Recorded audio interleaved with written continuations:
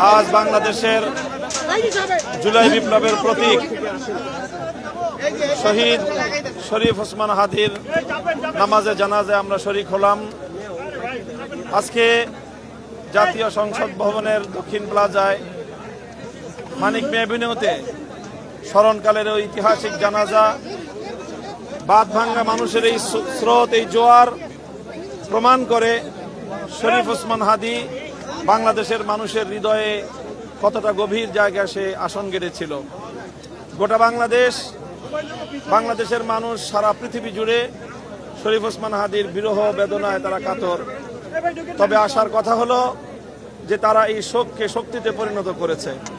আজকে শরীফ ওসমান হাদির জানাজায় অংশগ্রহণকারী বীর বাংলাদেশের তৌহিদি জনতা তারা যে শপথের বাণী উচ্চারণ করেছে, আমরা সেই শপথের বাণী শুনে উজ্জীবিত।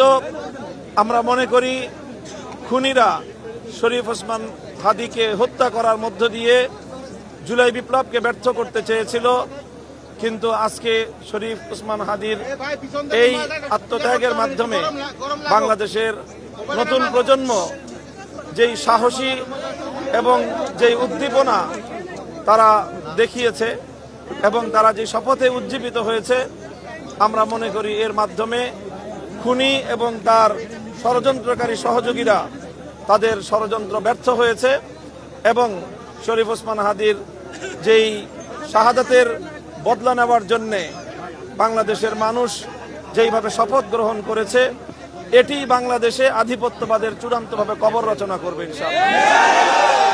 ওসমান হাদির যে ইনসাফের যে লড়াই ছিল, ইনসাফ প্রতিষ্ঠার যে সংগ্রাম ছিল, সে তার মৃত্যুর মধ্য দিয়ে সে তার এই সংগ্রামকে বাংলাদেশের প্রতিটি মানুষের হৃদয়ে হৃদয়ে, প্রতিটি ঘরে ঘরে সে ছড়িয়ে দিতে পেরেছে বলে আমরা মনে করি।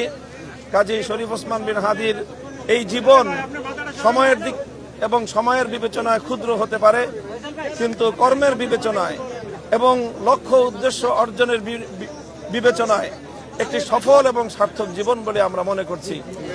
আমরা বাংলাদেশের মানুষের কাছে আমরা এই আহ্বান জানাই যেন আধিপত্যবাদ বিরোধী এই সংগ্রাম এটা যেন আমরা অব্যাহত রাখতে পারি।